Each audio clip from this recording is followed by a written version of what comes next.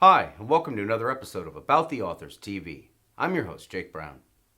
Preston and Child know how to craft compelling stories that are both baffling and surprising. The Associated Press once observed before making the believable argument that the authors are masters of the procedural with a gothic flair, while the Washington Post book world has called the pair in the wake of the early hits together like Mount Dragon, Riptide, Thunderhead, and The Ice Limit, as the team of Douglas and Preston and Lincoln Child. That the team of Douglas, Preston, and Lincoln Child are smart, skillful writers who have fun spinning their tall tales. And if you enjoy things that go bump in the night thrillers, you'll have fun reading them.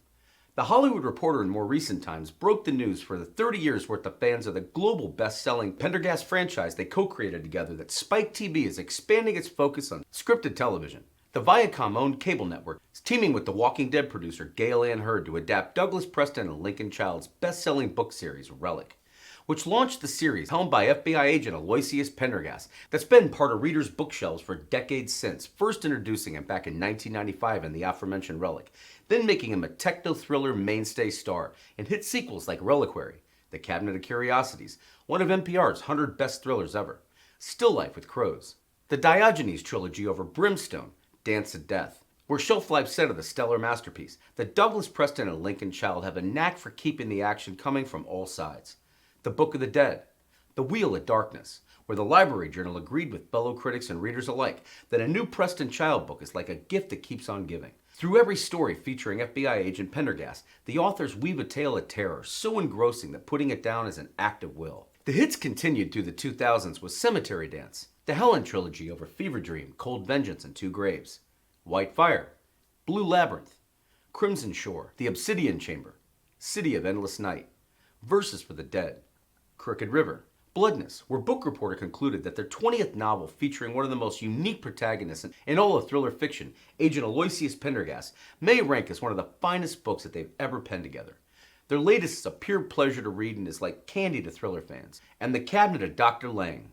Other hits in their prolific catalog creating together to date include The Gideon Crew over Gideon's Sword, Gideon's Corpse, The Lost Island, Beyond the Ice Limit and the Pharaoh Key, and the Nora Kelly series, where the New York Times reported that Douglas Preston and Lincoln Child, who've written 28 books together, had reason to celebrate their longevity with this week's #2 novel, Old Bones, along with hit sequels The Scorpion's Tale, Diablo Mesa, and Dead Mountain. And they're here today together to talk about it all. Douglas, Lincoln, welcome to the show.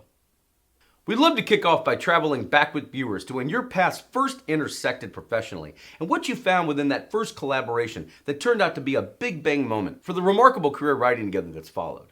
It began when I was working at the Museum of Natural History in New York and writing a little column for Natural History magazine, which Link was reading. And he was an editor, a senior editor at St. Martin's Press. And he called me cold on the telephone. He said, "I'm a senior editor at St. Martin's Press, and I was wondering if you'd be willing to meet me in the Russian tea room for lunch to talk about a book idea that I have that you would write." I was very impressed by that. I rushed down to the Salvation Army to get a jacket so I could get into the Russian tea room. And that's how I met Link. And that book was my first book, called Dinosaurs in the Attic, and it was edited by Lincoln Child. And I'm very proud of that book, although the editing really muddled it up. But no, I'm kidding. Link was a wonderful editor, and it was quite a wonderful experience working for him. As you said, I had edited many books, mostly fiction, but also nonfiction. Mostly fiction as well. But when the idea came to me to do a book about this, I looked everywhere for the person who would be best to write it. And Doug's name popped out as the one person who wrote for their magazine all the most interesting articles about the Indiana Joneses of the museum.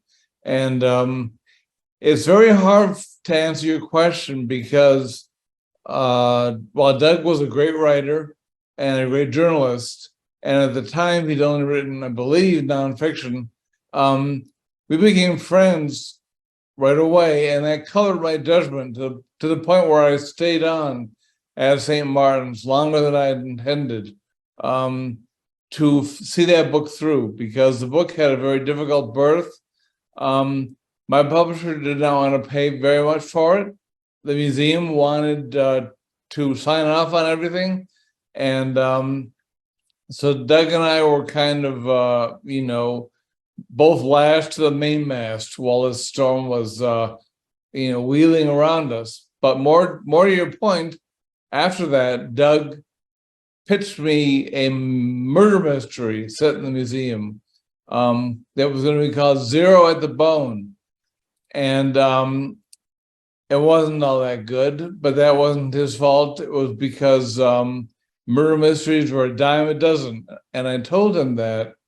And I suggested that we write a thriller, a techno thriller, a la Jurassic Park, set in the museum, which is the ideal place for it.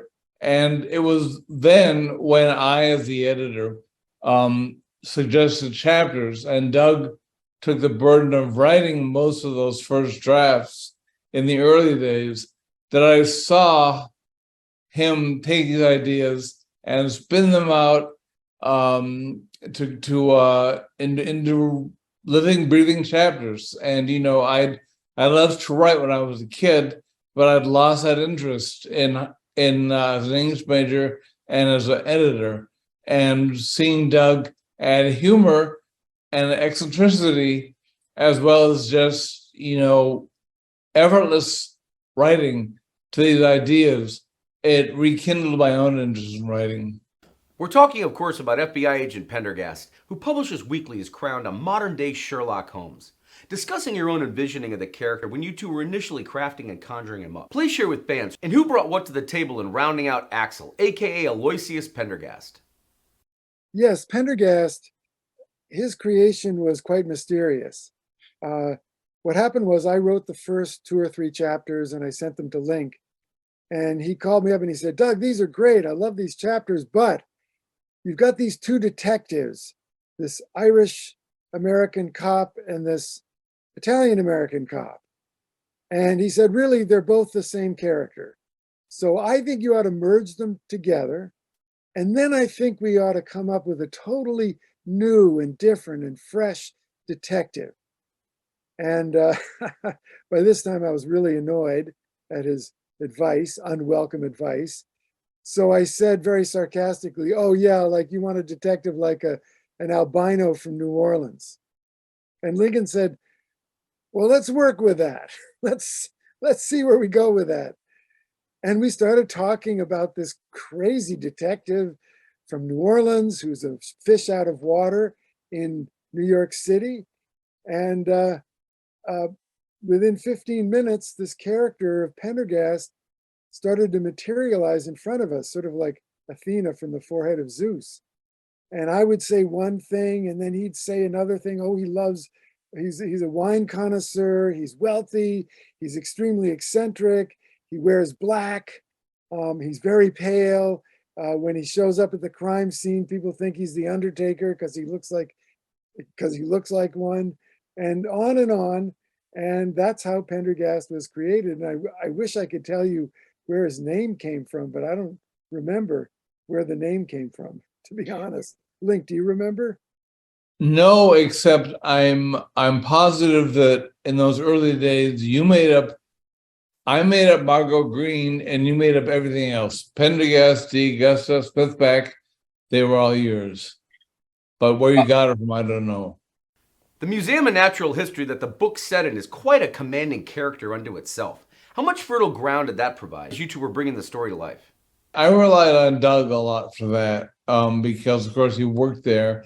And my main interest, I read a lot of horror growing up and ghost stories, and I felt this was the creepiest building in any city, really, was the Natural History Museum.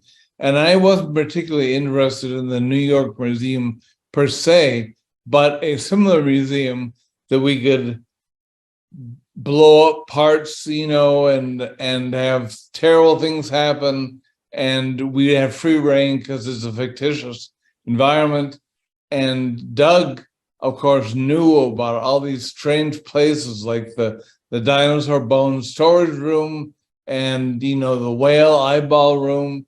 And so we used all these as backdrops for the museum, as well as the weird characters who work there, the curators who never see daylight for 30 years, as well as the pith helmet wearing Indiana Joneses who come in and out, and one of who brings in something terrible, and causes. We did not want to stray over into the realm of horror and supernatural, but we came awfully close. And the kinds of things that are hidden in that museum and for various reasons are not on display, just made it that much easier for us. I had so much fun writing those scenes in the museum. I mean, the behind the scenes storage rooms in the museum are absolutely incredible. They've got whale skeletons hanging in these huge spaces, garages. And Lincoln mentioned the whale eyeball collection. They've got gorillas in vats of formaldehyde, giraffes. I mean, they've got crazy stuff, minerals and gems. The largest meteorite in the world is in the museum, and it's so heavy that it has to be anchored to the bedrock underneath Manhattan.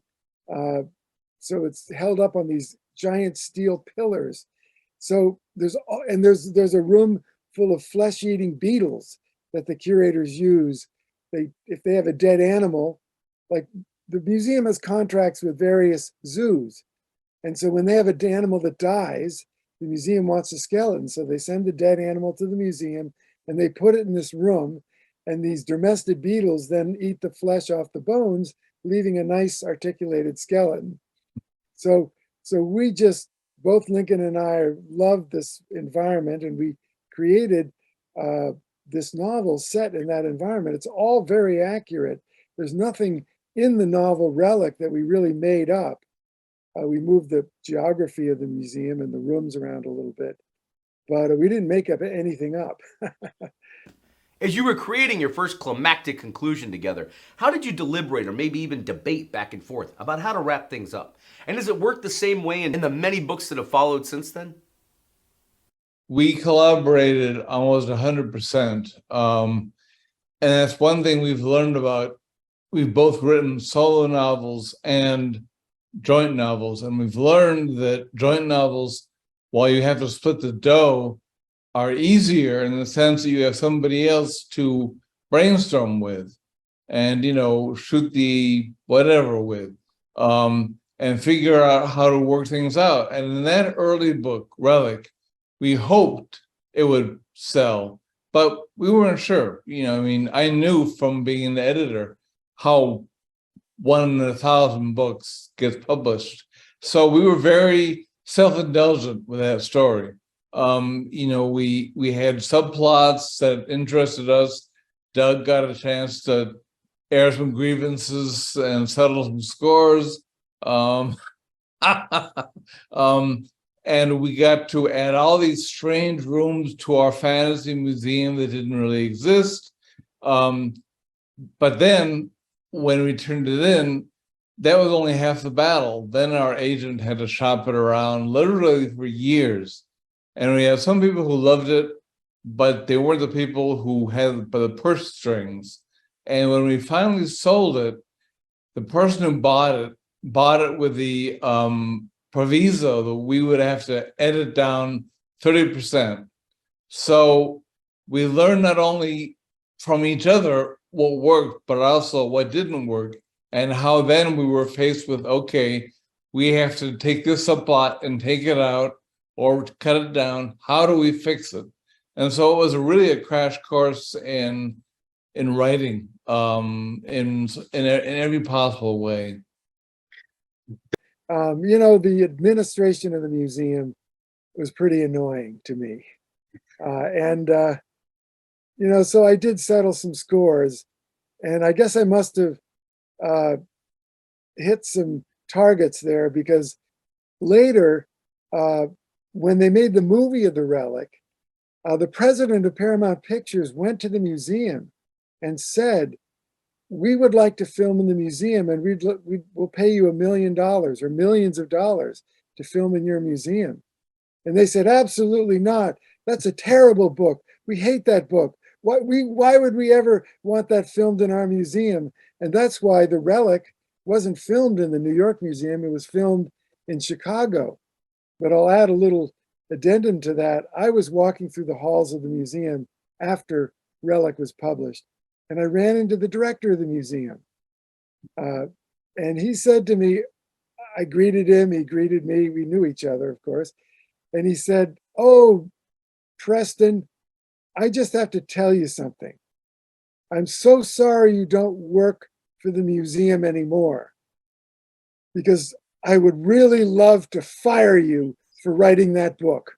Tell them what happened with Dinosaurs in the Attic. Isn't that still for sale? A big seller in their bookstore? Yes, as a matter of fact, the book that Lincoln edited was called Dinosaurs in the Attic. It was a nonfiction book about the museum and how they collected all this great stuff and the history behind some of these weird objects. And they're still selling it in the bookstore. In fact, it's still in print, I think largely because the museum bookstore sells tons of many copies of that book. It's probably the only bookstore in New York still selling that book. So it's had a long life. Now, we meet a whole host of co-stars in Reliquary, including Sergeant Laura Hayward, Captain Jack Waxy, Annette Wexler, Annette Wisher, Redmond Horlocker, Mephisto, Dr. Simon Brambell, Bryce Harriman, Police Captain Vincent DeGasta, Bill Smithback, Dr. Whitney C. Frock, and of course, fan favorite Dr. Margot Green. How much time did you two personally spend developing this cast? And any you consider personally to be most prized among them? Well, we had a book in between called Mount Dragon, and after Relic, was made into a film, we thought, okay, our career is, set. We can just pick out our Rolls Royces now. But of course, sequelitis set in, and it didn't do as well as we hoped. And so I think I suggested to Doug. Actually, I suggested to our publisher at a place I was speaking, we do a sequel with Pendergast in it, and it was Reliquary. And that title, by the way, caused lots of problems because no one knows how to pronounce it and what does it mean, and it was a pun and probably a bad idea. Probably should have been called Relic 2. But anyway, to answer your question, it gave us a chance to revisit the museum, but also we left the first book on what we thought was a Twilight Zone ending. The world's gonna end. This thing is gonna take over people. It'll be zombie nation, and that'll be it. And so we had to sort of pull back from that and figure out how to continue this, and also how to add the most number of surprises we could. And we learned firsthand how hard it could be to write a sequel that is satisfying, because we didn't want to write the same story over again. We've read too many books where that's the case. Somebody gets a formula going and then they rubber stamp it, ad nauseum. And so we put in some twists with the secondary characters, with Margot and her, and the trauma. We didn't ignore the trauma that had happened in Relic to these characters who survived. And we made sure that Pendergast, who we now knew was a big character, we didn't know that in Relic. We gave him a grand entrance. We have some real. I remember Doug and I reaching the point of Act Two's ending and just not knowing. We knew where we had to get to, and not knowing how we were going to get there, and having this tremendous brainstorm that really worked well, and it's super over the top, but it in the end it worked out really well with the same feeling that Relic had. And so by the time it was done, we felt that we had a book that stood on its own in terms of characterization, structure, beginning, middle, and end, and shock value. So, well, we had a lot of fun creating characters for the novel. I mean, I think that's one of the most interesting things you do as a novelist is you're like God. You create people, and there are quite a few eccentric people in our books. In Relic, and Reliquary. But then there are also people who aren't so eccentric, like Margot Green was not eccentric. She's a very straightforward personality, a scientist, a very smart, but not eccentric, not like Dr. Frock, who's crazy eccentric, or some of the other characters we had. So, you can get away with eccentric characters if you set your book in a museum, because the museum's filled with eccentric characters. We couldn't do that at a law firm or a financial firm in New York, because everyone there would be kind of boring. But one thing I do want to point out, there's a slight spoiler that we did in Reliquary to make sure that people knew this was not a usual sequel, is Relic ends with a definite villain. And so we knew that readers were going to assume that villain was going to be behind the sequel. And it's only a third of the way through the sequel they find out that villain is actually dead. And they suddenly realize they have to rearrange their whole worldview of the book, because whoever is behind all this isn't the person they thought it was. Could you two give fans a sense of your rhythm for batting plot ideas back and forth while you're outlining an adventure, like the one that electrified readers throughout the Cabinet of Curiosities? Well, what happened was we conceived of the opening chapter for Cabinet of Curiosities several years before we wrote the book. And it opens they're building a large building in Manhattan, and they're digging the foundation of this building, and they come across an old coal tunnel from the 19th century. And in this coal tunnel are the remains of 36 young women murdered by a 19th century serial killer in New York City who was never caught and was never identified. And we thought, oh, what an awesome opening for a novel. Now, where do we go from there? And we spent a whole lot of time arguing about that. Where is it going to go? Who did it? Why? How can we take this 19th century mystery and make it a 20th century terror? And we solved all those problems, and we wrote the Cabinet of Curiosities. I'm not sure if I can really remember, but I think that, like, the archaeology part was probably me, and then some of the other parts, the more horror parts. Lincoln's very good at horror. He has a twisted mind. Are his. And I will say this also about Link. Whenever we need a chapter written from the serial killer's point of view, the really twisted, sick stuff, well, Lincoln writes that because he's good at that. The one element that I know that I contributed was what we call memory crossing now. That's where we had to find a way for Pendergast to figure out certain things that had happened in the past, but he couldn't do that without traveling into the past. And of course, time travel is impossible. So I had this really freaky idea for how somebody could get into the past, but more believably than like in Time and Again, intellectually. And I tried to explain it, and I did a terrible job. So I wrote a rough draft of that happening, and that made it clear. And beyond that, I think Doug did a great job with a lot of characters who came into play in that book, and that we have since who've grown with us, because that was at a point in our career where we'd written a lot of standalone books, well, a handful anyway, and we were puttering along, at snorkel level, and we started to get vibes that people really like this book, and that's the book that made us realize, hey, we're ignoring a great resource here in Pendergast, and that's the book that convinced us to go back to him as a serial character.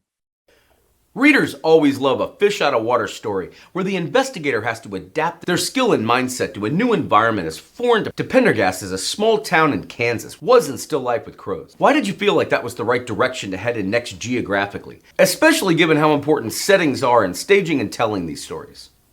Answer, but we decided to put him, not for the first time, in a place where he was totally not at home.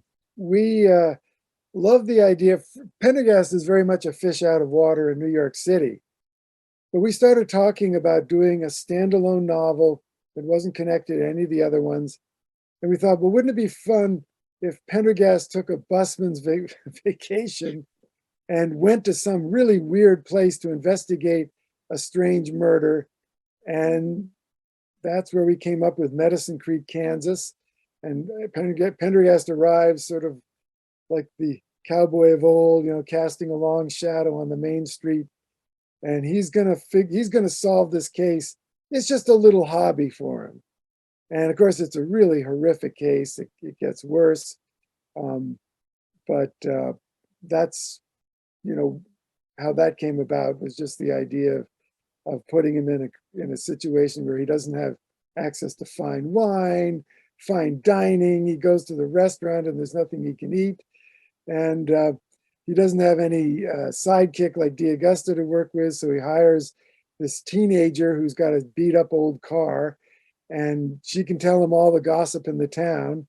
And so we had a lot of fun with that. That girl Doug described, that young woman who guided him around, was Corey Swanson, who has become a mainstay in our books and has now gone on to co-star in her own series of stories with Nora Kelly, the archaeologist who we named after my grandmother.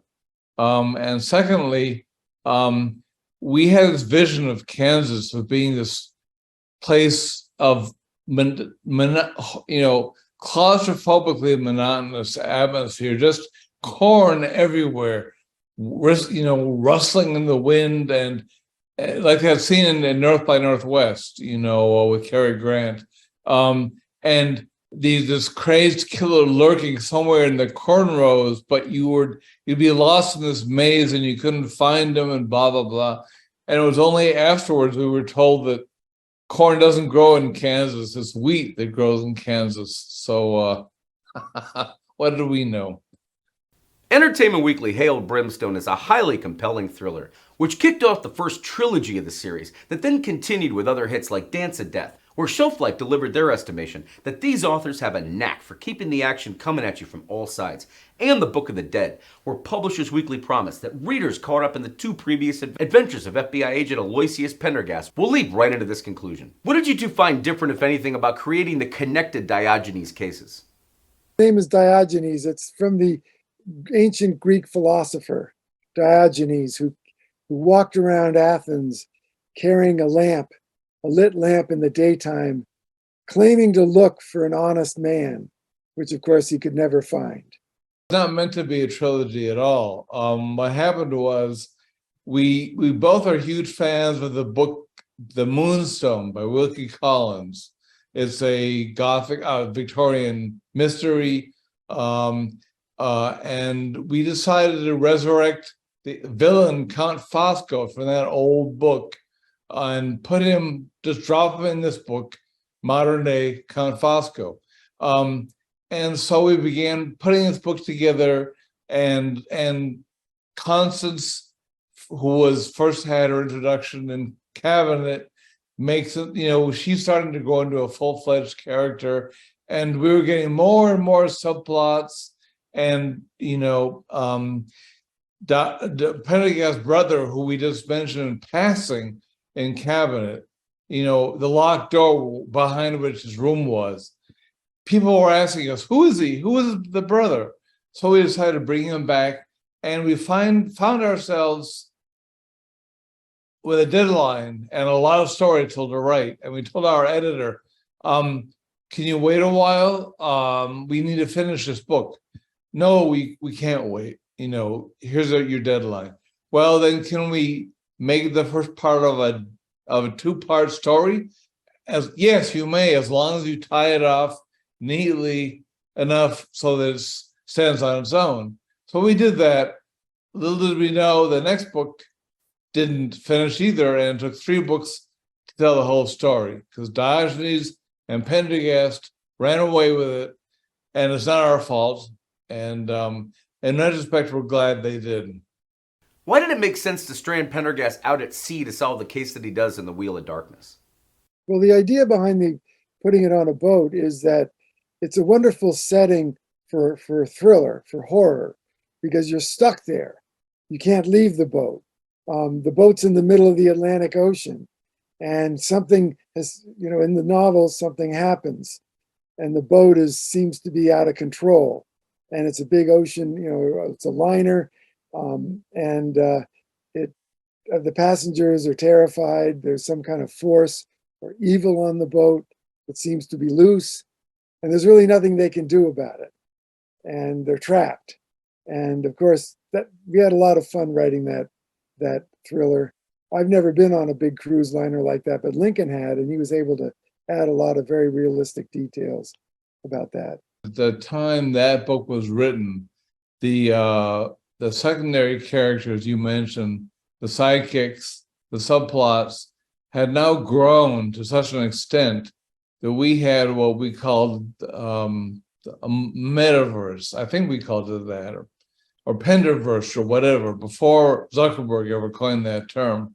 We could draw on the history of his family, which went back hundreds of years to mountebanks and robbers and desperados, as well as mathematicians and geniuses, as well as people in his current life who loved him and hated him. So we had a huge palette to draw on by that point, and it was an interesting idea. Wheel of Darkness, it may not have worked quite as well as we wanted it to, but it's exactly like Doug said. We wanted to have a small contained world, a la 10 Little Indians, and see who gets killed off. The American Library Association, like so many of its members, were fired up when Pendergast, the FBI special agent who frequently takes on personal assignments on a freelance basis, teams up once again with New York Police Lieutenant Vincent D'Agosta to solve a crime that has ties to the supernatural. Individually, these two writers turn out books that are solid, competent, and workmanlike. Together, they manage to kick it up several notches, producing novels that are elegantly written and feature unique characters and eerie, compelling stories. What drew your interest down in New Orleans and into the world of cults and cemetery dance? There was a time when people are always asking for more of Pendergast's background, and he's from New Orleans, which is where a lot of the stuff supposedly began. And if it didn't begin, the people who cater to tourists like to make it imply that's where it began. And in any case, Doug and I were driving across the West Side Highway of Manhattan, past Pendergast's house, and then went over the bridge of Hellgate into the Bronx. And I remember looking down, and I saw this, and the sun was setting, and it was this really strange, very wild, rocky slope, something out of the pictures of Albert Bierstadt or something, that I couldn't believe was set at the northern point of Manhattan. And I said, Doug, we got to do something with that. Who would think that would be there? Of all places, nobody can get to it. And yet it's on the most populous island in the world. So we decided, why not set a voodoo zombie cult there?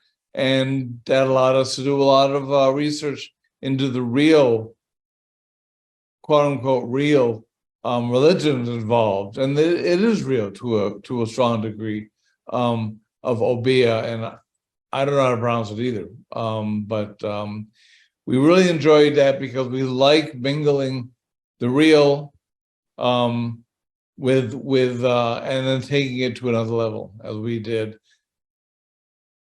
Oh, and that book kills off a very important character, by the way. We've always said, well, no one's safe in our books but Pendergast, and even he better look over his shoulder now and then. And in that book, we killed off somebody really who'd been there since Relic. And I'm not sure we did the right thing, but it's too late now. The Washington Post promised fans heading into the ambitious Helen trilogy that the names Preston and Child on the cover of a book promise a unique reading experience unlike any other. And over Fever Dream, Cold Vengeance, and Two Graves, they certainly got plenty of that. What from a plot point of view made you two feel another set of three connected stories made the most sense here? It certainly did to reader. With the Post concluding that you delivered the high thrills that one expects from the two masters, the gothic atmosphere that oozes from the pages of Two Graves, the mystery tantalizes, and the shocks throughout the narrative are like bolts of lightning. The Helen trilogy revolves around Pendergast's first wife, who was a very mysterious woman. She's mentioned in passing very briefly, and she died in Africa, killed by a lion. And that was all. That was where it was. And so Lincoln and I thought, this wife is really an enigmatic figure.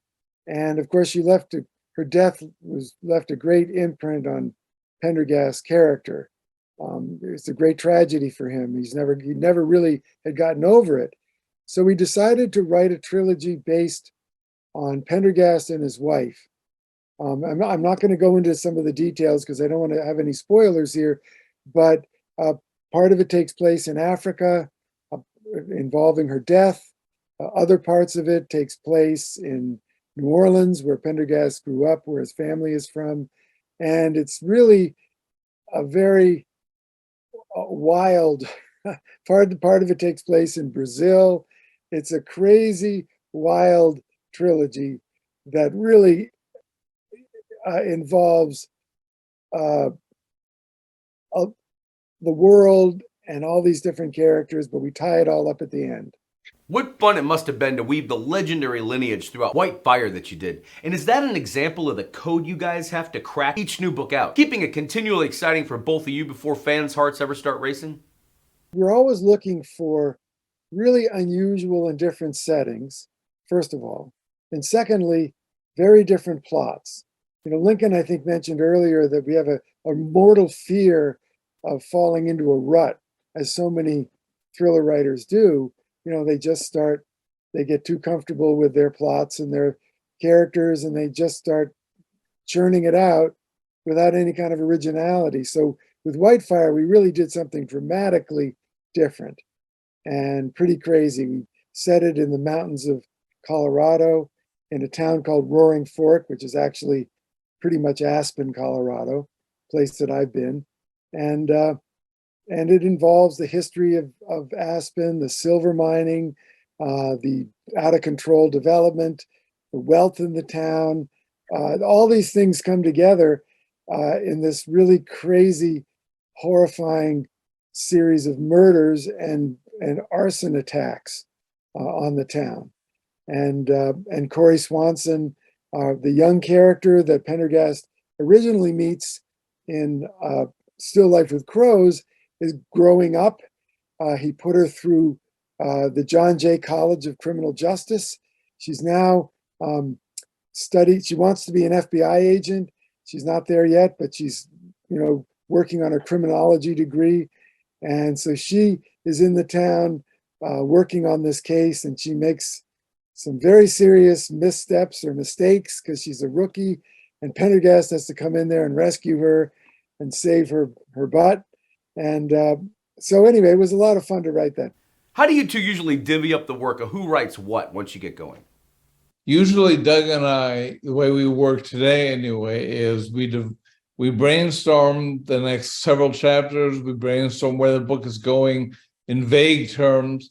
And then once we figure out the problems in the initial near future, we assign chapters to each other. And usually I'll take a subplot or a character, or Doug will take one, or we'll write to our strengths. We both have things we're good at writing or we like to write. In Whitefire was unique in that Doug wrote of the lion's share of that book. And I was tasked, as I recall, Doug, correct me if I'm wrong, only with writing, primarily with, in addition to brainstorming with you, I was tasked with writing the bits and pieces of the Sherlock Holmes subplot of that story, which involves a missing Sherlock Holmes story. And we knew if we were going to do it right, we not only had to set a lot of chapters in London and England looking for this story, but we had to actually come up with a story at some point. So Doug was able to get in touch with the executor of the Holmes estate, and Doug, correct me if I get any of this wrong, but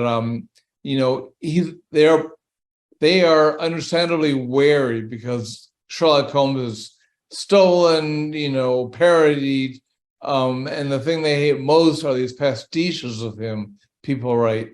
And so I had to go off for like a month and read everything Conan Doyle wrote and then write a new Sherlock Holmes story. And luckily, he liked it enough to let us put it in there and put the imprint of Sherlock Holmes on the book. So we felt good about that because people always compare Pendergast to Holmes, and we were able to really show in this story that there is an analog. Let me just clarify that. Lincoln wrote this absolutely brilliant story, but Sherlock Holmes there were still questions about whether his character is under copyright or not. So we had to get permission from his estate. And so we had to send them the story. And they read it and they came back and said, "Oh, this is wonderful. We love this story." And then they allowed us to use their imprint. And when you buy the book and you open it up, there is the imprint of the Sherlock Holmes estate in the book. So kudos to Lincoln. He wrote a wonderful story. Legendary paranormal pioneer Anne Rice gave a compelling endorsement of Blue Labyrinth as another highly entertaining and genuinely thrilling story. Preston and Child, starring the romantic, faintly gothic, and as always mysterious agent Aloysius Pendergast. As always, the prose is elegant, replete with exquisite descriptions. And this time we're treated to dashes of historic characters Conan Doyle and Oscar Wilde, as well as a positively delicious serving of the great Sherlock Holmes. Through myriad shocks, surprises, twists, and turns, the suspense never lets up. Great fun at the last page. While the Associated Press promised with Crimson Shore that the secrets and mysteries abound and the shocks and twists are perfect. The unusual becomes believable and normal in the author's capable hand. What do you two find most fascinating about sitting down to conjure up that paranormal presence into the unique hybrid you've carved out for yourselves here, with a series that appeals widely to mystery, action, techno-thriller, and suspense fans alike? We don't really write books that fit into any kind of easy genre. They kind of straddle genres. There's a little bit of horror, there's some techno-thriller aspects to it, there's maybe a little bit of supernatural, but not much. Some of it involves police procedural. How did the FBI operate? How do they investigate cases? Because of course our character Pendergast is an FBI agent. And some of it is even science fiction-y. So we take pride in sort of being outside of a particular genre. I mean, for readers who just love books that take you in unexpected places, I think those are our readers. If you're just like a strictly cozy mystery kind of reader, you're probably not going to enjoy our books. But if you like thrillers, if you like, books that really take you to weird places with eccentric characters, you're going to like our books. Blue Labyrinth was a very interesting example in that the prior book you mentioned, Crimson Shore, ends with him vanishing, seemingly drowned. And he didn't reappear. We teased the reader in the next book. To your point, always trying to change things up. We teased the reader by not showing him for the longest time in Blue Labyrinth. And also, we got a lot of emails saying, this Pendergast is a Superman. He solves everything with ease, and so not everybody said that, but people who you get a lot more complaints than you do praise sometimes. Although we've gotten plenty of praise. Thank you, readers. Thank you. So we really gave it to poor Pendergast in Blue Labyrinth. He really suffered in that one. And yet that's one of my favorite books because Constance really comes into her own. And there's a funny story where Doug and I decided it would end in the Brooklyn Botanical Gardens. That would be where the final confrontation took place and where Constance would save Pendergast from these people who were going to avenge themselves on him. And so Doug and I drove out to the gardens and looked around. And then we took an Uber back to Manhattan, and we were talking about, well, such and such a room would be great to blow up with all that glass coming down. And what if this building, collapses? And, we looked at the driver of the car and he was like this. And then we were quick to say, no. It's all fictional. We're not bad people. We're just talking about a novel, set in a fictitious botanical garden. But in any case, Constance really did come into her own in that story in terms of being a force to be reckoned with. Suspense Magazine crowned The Obsidian Chamber as an excellent story by these two unbelievably talented authors. A page-turner, a deluxe suspense, and a perfect mystery, Preston and Child remain the best of the best and never let their huge fan base down. And heading from Canada to Africa to the Far East, could you describe a bit about how the characters tell you to take the story once you've begun writing? It's quite fascinating. We do a lot of outlining. We decide where the story is going to go. But it often happens that the characters may not agree with where the story's going. Pendergast may take the story in a different direction, and that often happens.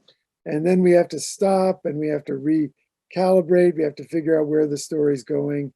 But yeah, our characters do hijack the story from time to time. I think if you try to follow an outline, it's dry. It feels like paint by the numbers. But when your characters really get going in a story, and then it starts off in a different direction, I think that's where you get some really great stuff as a writer.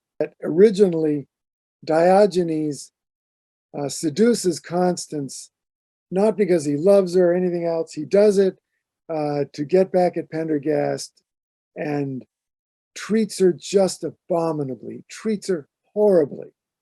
And she is so enraged. Diogenes doesn't realize who he's dealing with.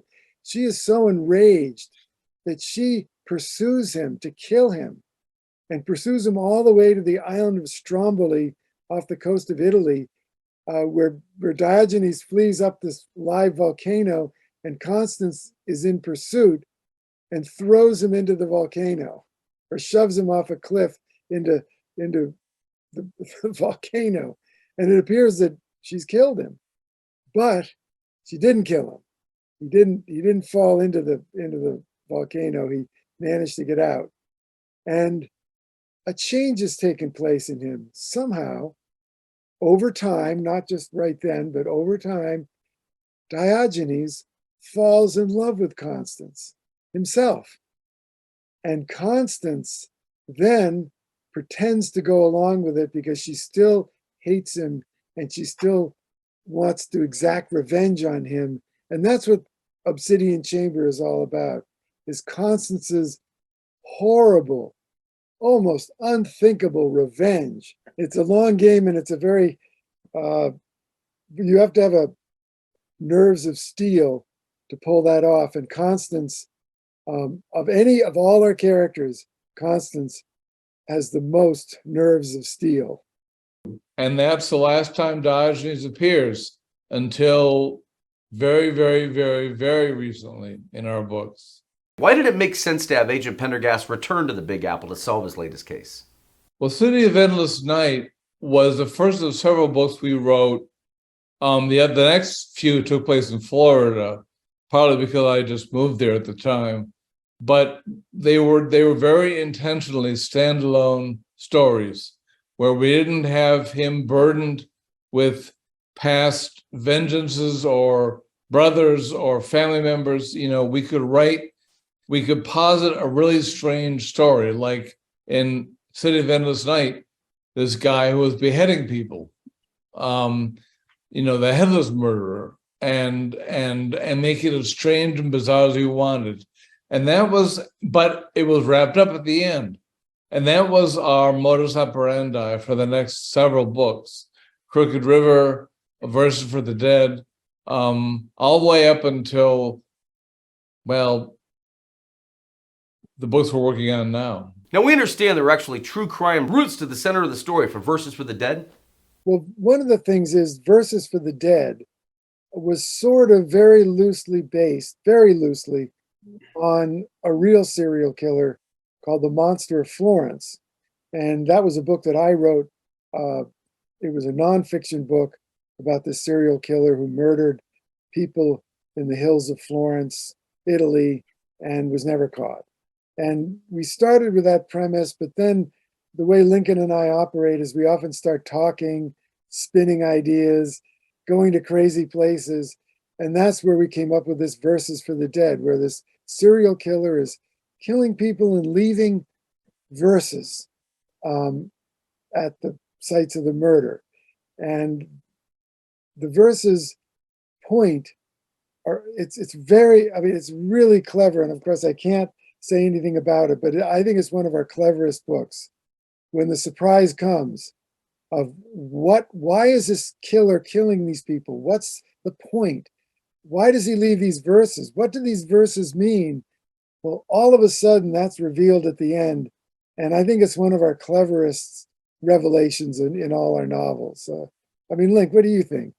Well, it's funny. While you were saying that, I was thinking that there comes a time, and I think all of our books, where we reach a kind of a crux, or a nexus point where we've written ourselves a wonderful story, but now we have to surmount all that great setup and figure out a brilliant, I say it shouldn't, ending, or okay, so the killer is this uncatchable, weird, undefinable, mysterious entity. Now what?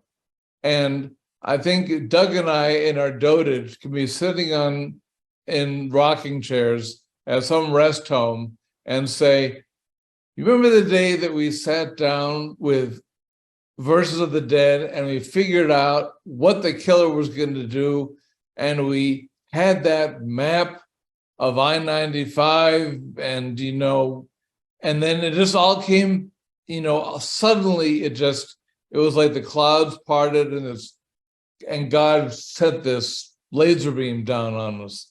And that's one of the benefits of having two people brainstorming. You can brainstorm for an hour and get annoyed and get tired and burnt out, and then suddenly it'll show up. And that's happened in almost all of our books. And it's not because we're great writers or anything, it's because it's so important to us to have unique, fresh stories each time, and that we're willing to go through the work and the agony of working these ideas out. And also there are two of us to do it. When you two were making decisions and venture in and out on who to team Pendergast up with, especially here where he's facing a sinister global threat, a mystery of modern medical science, and a powerful sadistic antagonist, why did it make sense to pair him with a direct partner here with Cold Moon? First, say an archaeologist or other sidekick in Crooked River. We thought it'd be interesting. Pendergast is a bit of a rogue agent at the FBI. And so we figured at some point they're going to rein him in. And this is the book that they rein him in. And they say, look, this agent's been out there doing his thing. We don't have any control over him. And, unfortunately, most of the perps die before they can be brought to justice. So they assign him a partner. And his name is Armstrong Cold Moon. He's half Italian, half Lakota Sioux. And Pendergast doesn't want anything to do with him. And Cold Moon doesn't like Pendergast either. He thinks he's arrogant and all the rest of it. So we had a lot of fun with these two individuals coming, maybe not to like each other, but they come to respect each other. And they come to actually find that their skills as investigators are complementary. There are things Cold Moon can do that he can think of that Pendergast can't. And so it's really a wonderful way to sort of bring out another side of Pendergast and to introduce the reader to a really interesting and unusual character in Armstrong Cold Moon. Which one of the two of you decided to bring the D.B. Cooper heist and all of its inherent mythology into play on the page in Bloodless? Book Reporter called Bloodless the 20th novel featuring one of the most unique protagonists all of thriller fiction. The idea germ was entirely Doug's for that. I'd never even heard of D.B. Cooper. And so the base for that story in D.B. Cooper was his. And, I added Mike Garnish as we went along, but he was the one who said, "Hey, Link, how about this?" Well, it was strange because I'm like you. I've been thinking about this mystery for a long time, and I used to think, there's a novel in here. Somehow you could take this D.B. Cooper and assume he survived, right? And make a novel out of that. And also, but it's got to be a surprise, so we decided Lincoln was really important in this part of, even though I came up with the idea, it was Lincoln, I think, who said, well, maybe he wasn't after money. Maybe he was after something else. And this whole thing was just a fake to make it look like a hijacking for money, but he wasn't after money. He was after something else on that plane. And some hand-carried luggage sitting up in one of those bins where he gets everyone off the plane. They can't take their carry-ons with them, and because he wants something on that plane. And anyway, so that's how it started. And the funny thing about that is that what Doug just was alluding to, which I won't go into detail about, but that hand-carried luggage is still a monkey on our back today. Basically, the book we're writing now would not exist save for what's in that suitcase, and we would never have known that at the time. Yeah, what was in that suitcase turned out to be something absolutely wild, and now this is the third book which involves what's in that suitcase. Of course, we can't tell you what it is, sorry, but Let's talk about the Cabinet of Dr. Lang. How does the connection continue and bring the broader plot full circle? we didn't plot these three books out to start with. Again, this is a story and the characters hijacking us and taking us with them. And it starts with that thing in the suitcase, which leads to, when D.B. Cooper jumps out of the plane, he's got his $200,000 and he's got this thing in the suitcase, and he throws the money away in the air when he's coming down with a parachute so that it'll look like he crashed and died. That's the whole point. He doesn't want the money. He doesn't care about the money. He's got what's in the suitcase. And so that thing in the suitcase then, of course, is the centerpiece of that book.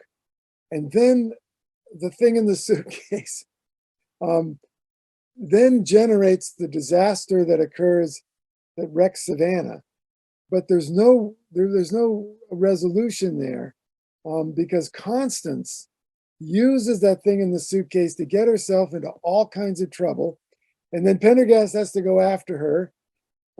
Again, I can't go into details, but it's like Lincoln and I are writing the story, and it's like, wow, we're being sucked into this world that we created, and yet it's our characters who are leading us into this world. And it's Pendergast, it's Constance.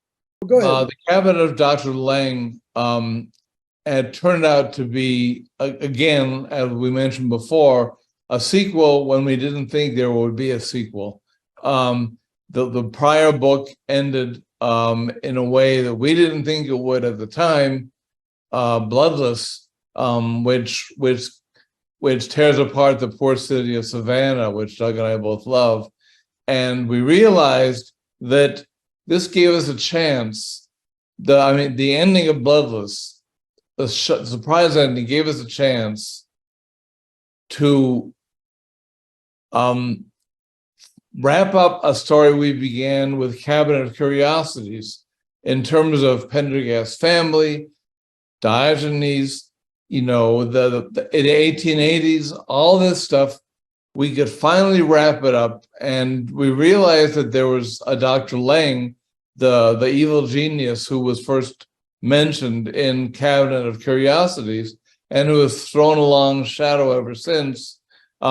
We could button that story up finally, and it doesn't happen in Cabinet. In fact, Cabinet ends in an even more difficult place than Bloodless did. What can fans look forward to in the more recent new installment, Angel of Vengeance? But the book we are writing now, Angel of Vengeance, will finalize that and sum everything up of all these threads we've been carrying along, some consciously, some unconsciously, sum it all up in what we hope is a very satisfying way. And now we're finally wrapping it all up with the Angel of Vengeance, which we're having so much fun writing. It's very complicated. We almost wrote ourselves into a corner, but we managed to write ourselves out of that corner. And in so doing, we came up with a really fabulous, I think, wrap up to this whole thing in the suitcase, which at the end of Angel of Vengeance is destroyed. And what we came up with a few days ago, as Doug refers to, will be one of those rocking chair memories of ours in 10 or 20 years, no doubt. We finally put our foot down and said to our characters, you're not carrying us any farther. We have to wrap this up. And so pay attention. We're going to kick butt here a little bit. So will this be the end of the series? No. It'll be the end of the sub-series that began with a Cabinet of Curiosities. Essentially a quartet. Like a trilogy, it's a quartet, starting with Cabinet of Curiosities, and then moving on to Bloodless, the Cabinet of Dr. Lang, and finally, the Angel of Vengeance. And then we'll be done, and then Lincoln and I are going to sit down and say, okay, what's Pendergast going to do next? It's a little simpler than this 4-book series that we just wrote. And I'm kind of looking forward to that day. Booklist declared upon getting their hands on the Gideon Crew series that Gideon, an engaging fellow from the get-go, lives up to his initial promise, demonstrating an intelligence and resourcefulness that should endear him to adventure fans. What proved to be the most thrilling part of the ride of writing Gideon's Corpse, The Lost Island, and the Pharaoh Key?